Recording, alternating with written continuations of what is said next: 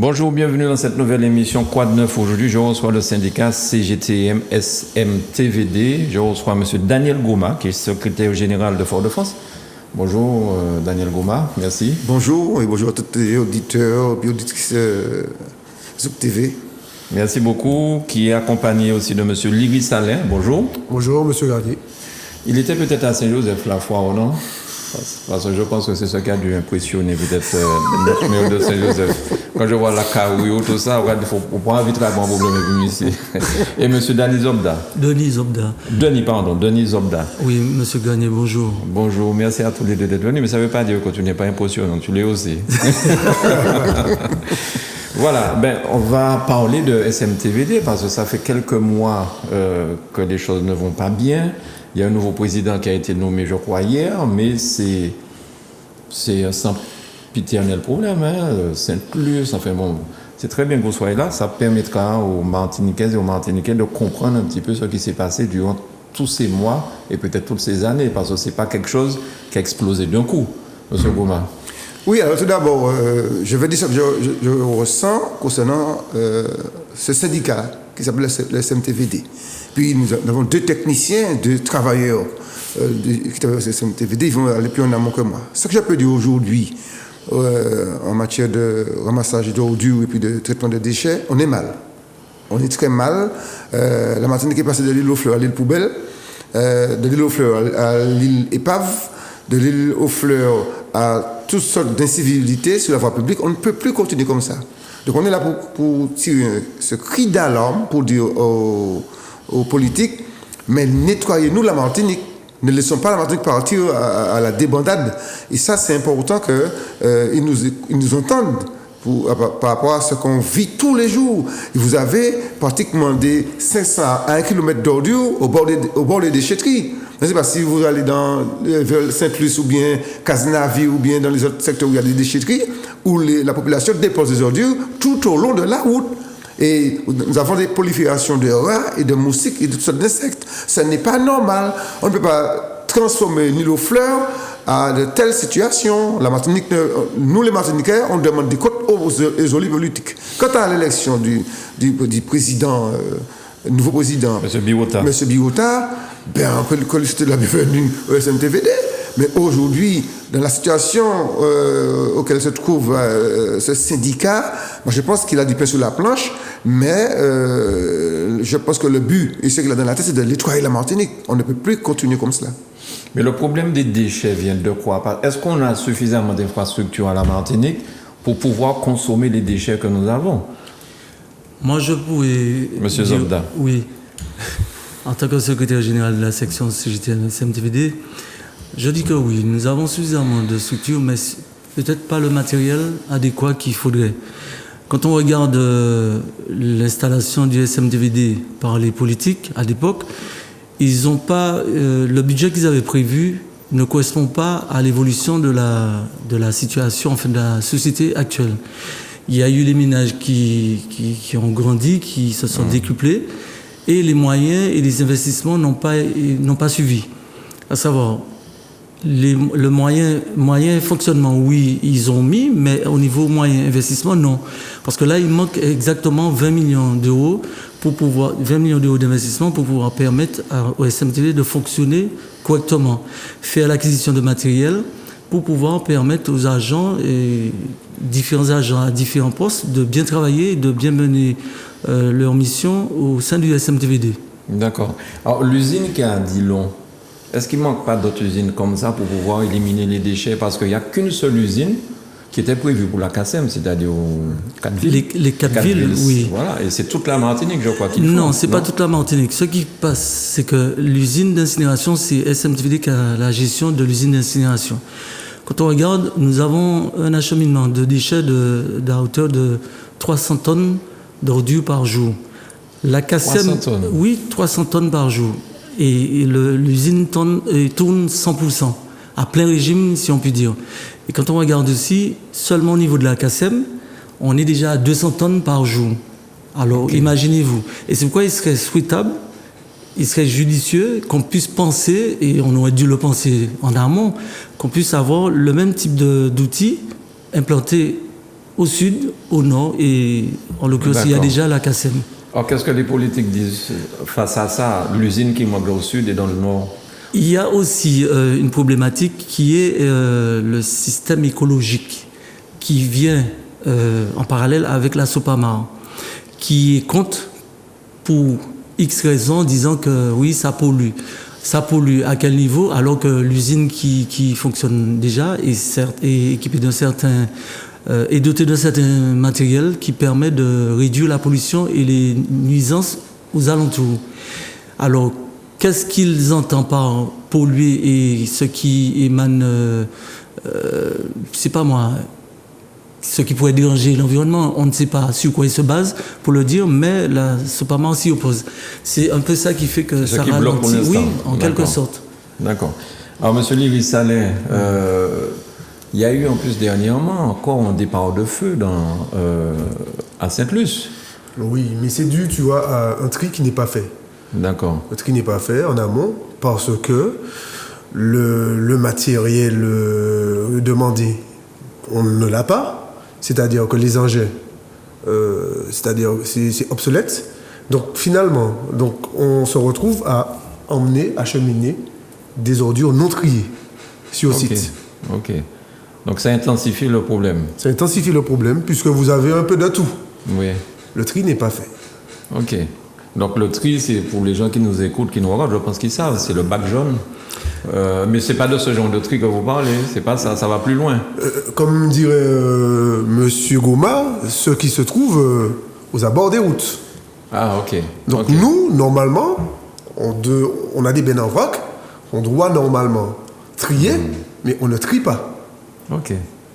D'accord. Parce que le manque de matériel et beaucoup de problèmes en amont par rapport à nos élus. Ok. Alors, est-ce que la démission de M. Caquin vient du courrier que le préfet lui a envoyé pour lui dire qu'il fallait mettre les choses en ordre? Qu'est-ce qui a mis le feu aux poudres, en fait? Ben, on n'en sait rien en tout cas concernant la démission, parce que M. Caquin, c'est un maire et il était président du SMTVD. Je pense qu'il a pris sa décision en tout état de cause. Mais ce que nous disons, depuis M. Caquin, même avant Caquin, il y a eu des problèmes au SMTVD. Ce syndicat n'a pas reçu assez de subventions pour répondre à la demande pour traiter les déchets de la Martinique. Il a bien dit, M. Zobda, que le budget qui est alloué justement par les EPCI, c'est la CACEM, c'est Cap Nord, c'est Espace Sud. Oui. Donc, n'est pas suffisant pour pouvoir traiter les ordures correctement. Comme M. Lewis dit qu'ils reçoivent un peu de tout, mais c'est un peu de tout qui sont à ciel ouvert et puis qui prend feu. Et puis ça pollue, c'est bien ça qui pollue la Martinique, parce qu'il y a des feux partout sur les décharges, et aujourd'hui on ne peut pas traiter ça non plus.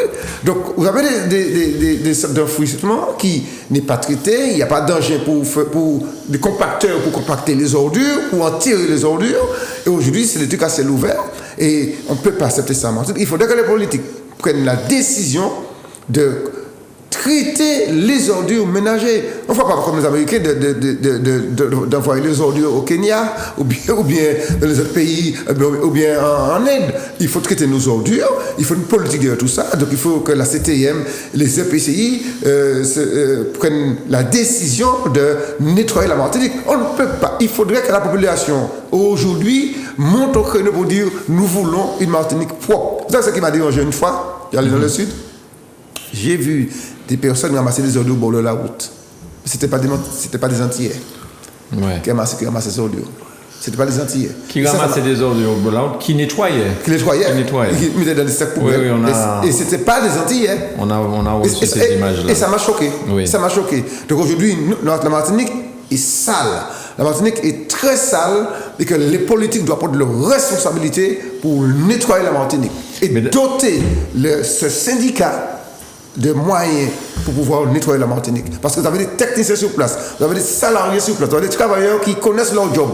Mais il suffit de leur donner les moyens, des outils appropriés, des bennes, des camions, des compacteurs pour pouvoir nettoyer. Mais M. Daniel Gomaro nous dit un truc très important. Ça veut dire que nous-mêmes, Martiniquais, il faudrait aussi qu'on soit un petit peu plus conscients d'essayer de sauvegarder ce qu'on peut. Quand tu as fini de boire ta bière ou pas finir là. Parce que c'est vrai, et ce monsieur dont vous venez de parler là, avec plusieurs personnes, on a reçu des images, on a fait une émission avec eux, ils ont nettoyé beaucoup d'endroits. Des endroits que nous allons à là, mais nous allons à ceci, nous allons à cela, et nous abandonnons les déchets. Ça amplifie, à mon sens, le problème. Oui.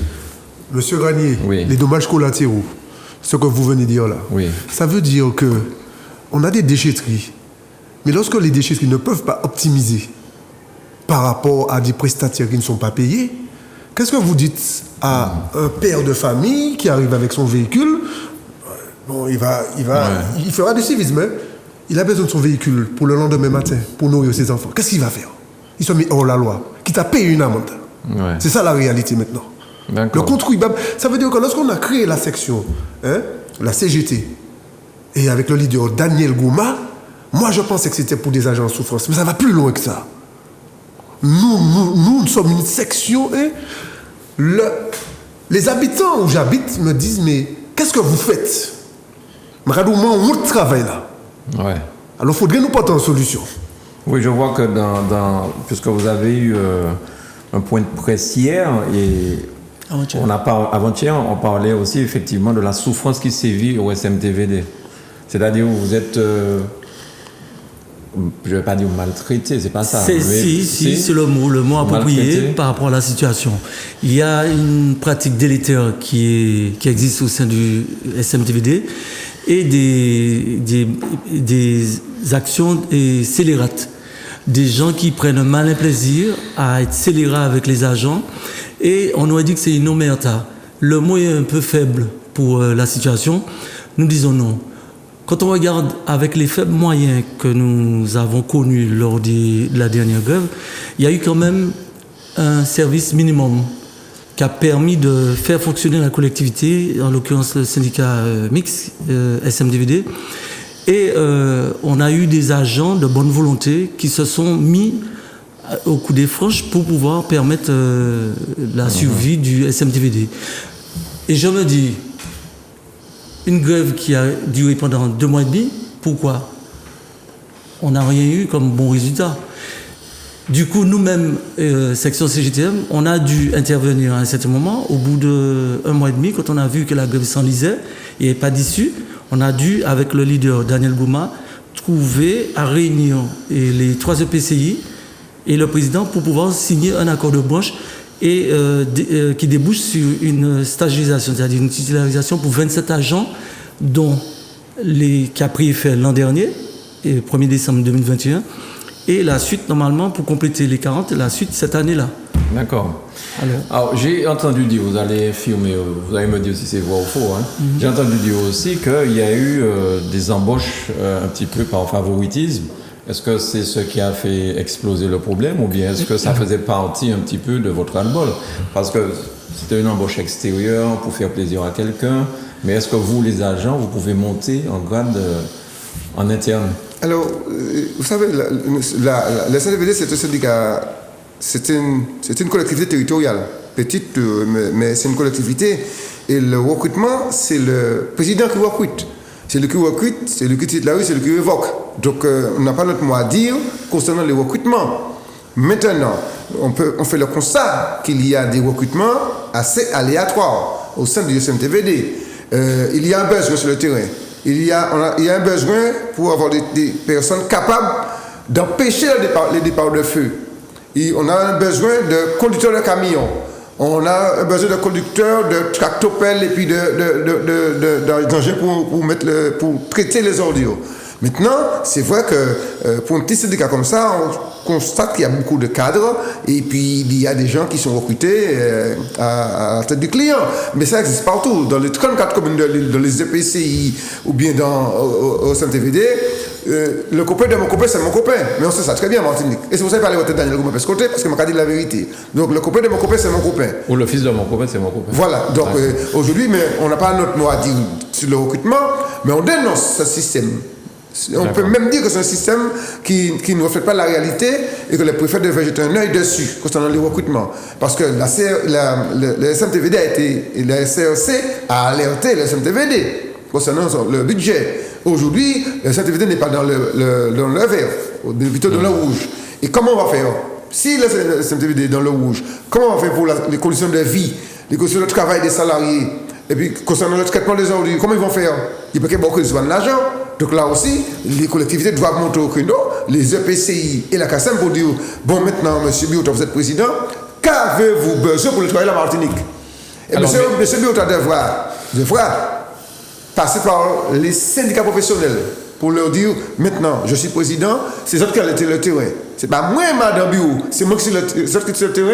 Qu'est-ce qu'on fait pour le travail de la Martinique? Et eux, ils ont des idées pour le travail de la Martinique. Eux, ils ont des idées. Parce qu'il y a là la chimie, concernant les épaves. Oui. Pourquoi aujourd'hui les concessionnaires ou un Peugeot citoyen ne peuvent pas passer le toit? Marc là, les carcasses qui ne peuvent pas récupérer le toit. La loi est bien sortie, la loi est là. Pourquoi ça ne se fait pas? Parce qu'il y a un lobby. Et bien aujourd'hui, nous demandons au préfet de faire appliquer le décret de chimie et de dire aux concessionnaires, à chaque fois qu'on va trouver une épave de votre marque, vous allez payer l'enlèvement. Parce qu'aujourd'hui, qui enlève les épaves? C'est les collectivités qui payent pour enlever les épaves. Et puis ceux qui vendent des voitures continuent à vendre des voitures. Et dans 10 ans, les voitures qui vendent aujourd'hui, dans 10 ans, seront des épaves. On va les retrouver dans un ravin, on va les retrouver sur la voie publique. Et puis ces messieurs continuent à vendre des voitures, ils s'en remplissent les poches. Mais il faut appliquer la loi de chimie. Et ça, il est obligatoire. C'est une exigence de la CGTM que pour le tour de la Martinique, il faut que les textes de la République s'appliquent. Tout à fait. Est-ce que M. Biota aura les coups des franches pour faire avancer le schmilblick? Est-ce qu'il a les moyens financiers? Est-ce qu'il peut avoir les moyens financiers avec les collectivités dont vous avez parlé? Et puis, comment ça va se passer? Parce qu'il débarque là, est-ce que vous pensez que ça va gérer le problème, ça va repartir? Mais si on s'en tient à ces propos d'hier lors de l'élection, oui, je pense qu'il va s'y atteler de manière à donner satisfaction aux problèmes qui se posent. Quand on regarde, il a parlé de s'entourer de techniciens compétents pour aller chercher les fonds là où il y a à trouver les fonds. Eh bien, attendons de voir ce qu'il mettra en place comme moyen pour pouvoir captiver les fonds et permettre une ascension des moyens du SMTVD. Est-ce que... Oui. Je voulais rebondir sur ça aussi. Monsieur Granier, Monsieur Biota, il a décidé d'être capitaine de bord. D'accord, capitaine du bateau. Maintenant, nous, la CGT, ce syndicat, nous serons véatifs à ce qu'il fasse les bons choix. D'accord. Parce que M. Goma a dit, en interne, il y a déjà des gens qui connaissent le job. Tout à fait. Donc, est-ce qu'il faut embaucher à l'extérieur? Pourquoi ne pas faire monter ceux qui sont en interne, je présume? Tout à fait. À certains niveaux. À certains niveaux. Parce qu'il y a des gens qui ont été recrutés à certains postes, surtout au niveau administratif, où la compétence fait défaut. D'accord. Et c'est un peu pour ça que le SMTVD a fonctionné en dents de scie.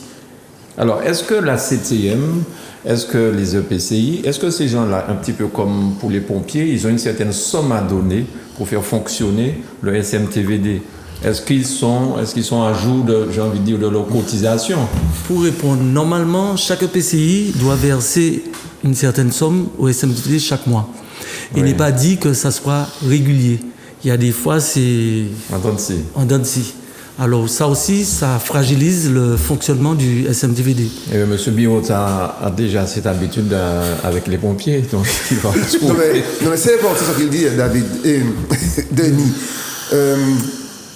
Il faudrait que M. Biota tape du poing sur la table et demande de l'argent pour fonctionner. Mais quel réel pouvoir mais sinon, il aura la CGT. Sinon, il y aura encore des problèmes au SMTVD. Et on est contre prendre la population en otage. On est contre le blocage. Donc, on va venir souvent voir M. Gagné pour lui dire, M. Gagné, ça ne va pas au SMTVD. Mais c'est tout. Mais on va dénoncer ce qui se passe. M. Biota devrait... Je connais M. Biota, on a négocié longtemps sans qu'il était au Conseil général. Concernant les jeunes de Tivoli, par exemple. Donc, c'est un homme de dialogue. Il sait écouter. Donc je pense qu'il va écouter et il va lui dire voilà la situation, voilà où le bas blesse, voilà où ça ne marchait pas. Et puis, ce que nous disons, on n'est pas là. Mais il a dit qu'il a route d'aller au travail, M. Liris, parce qu'il voit qu'il a un salaire de fonctionnaire, il est payé comme fonctionnaire au SMTVD, et puis il voit l'état de la Martinique. C'est ça sa honte. C'est-à-dire qu'on me paye pour ne pas nettoyer le pays que j'aime. On ne peut pas accepter d'avoir un pays comme ça où on essaye. Moi, j'ai vu le barème, à la télévision, j'ai vu le barème, le barème. Le quoi? Un petit pays, le golf là, le barème. Ah, oui, ça loin, bah ça. Oui, eh ben, il est tout petit. Il y a 8 millions de touristes par an. 8 millions de touristes par an. Parce qu'il est attractif.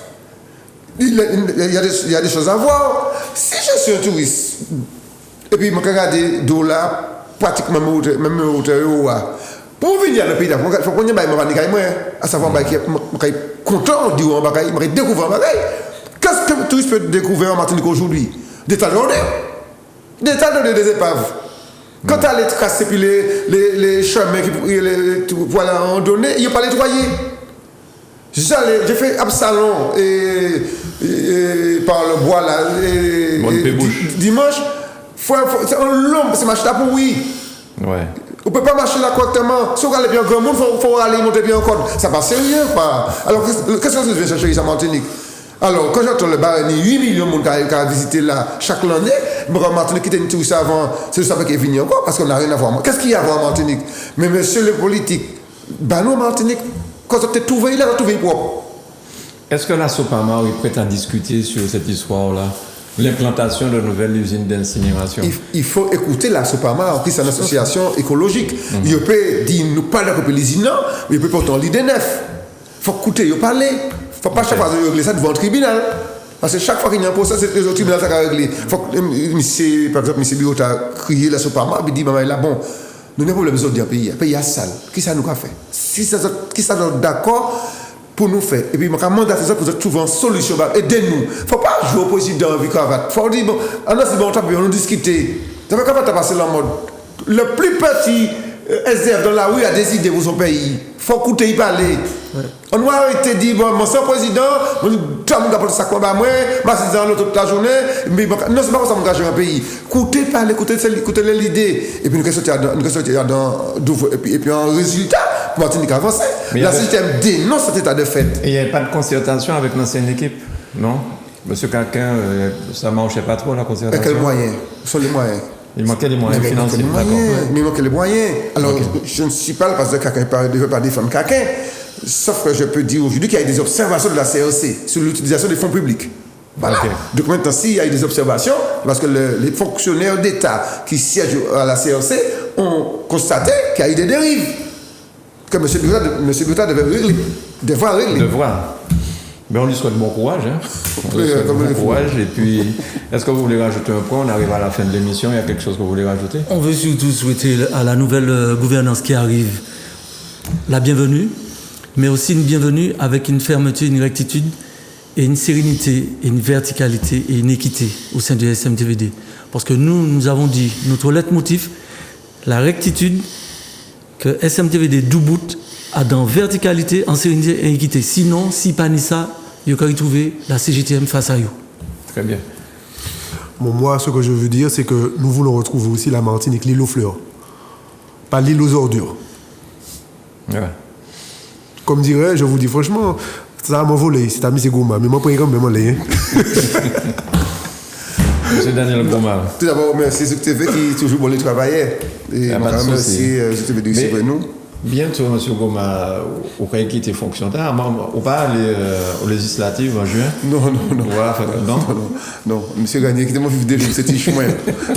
Non, ce que je veux dire aujourd'hui, c'est que si j'accompagne des camarades de SMTVD, bon, moi, je peux dire de bruit aux autres, parce que Mani, qui ça a fait? C'est parce que j'ai trouvé des camarades qui ne parlent pas de fric. Je dis, puis ça va dire de l'argent, là, ni plus. Oui, c'est vrai. Pendant les 2 mois de grève, on n'a pas entendu. C'était pas ça qui était bien. Non, mais la société, je vais parler d'augmenter le salaire, ni prime. Alors que lui, c'est contractuel. Il s'est peut-être dit, mon contractuel, qui était titularisé. Non, il parle de mettre de l'ordre dans SMTVD et puis de donner à cette structure un fonctionnement optimal. Et c'est ça que je vais m'arrêter pour dire que, eh bien, M. Sobda en face des agents professionnels. M. Biota. Il y aura des agents en face de lui qui sont des professionnels, qui veulent travailler et qui veulent embellir la Martinique. Très bien. Merci beaucoup à vous trois, M. Daniel Gouma, M. Liri Salin, M. Denis Zobda, Pour la Martinique, j'espère que tout ça va s'arranger pour qu'on ait un pays, comme vous dites vous-même, l'île aux fleurs. L'île aux fleurs. Voilà, très bien. Merci beaucoup à tous les trois. Merci. Merci à vous chez vous de nous avoir suivis et merci à Manuela pour la réalisation de l'émission.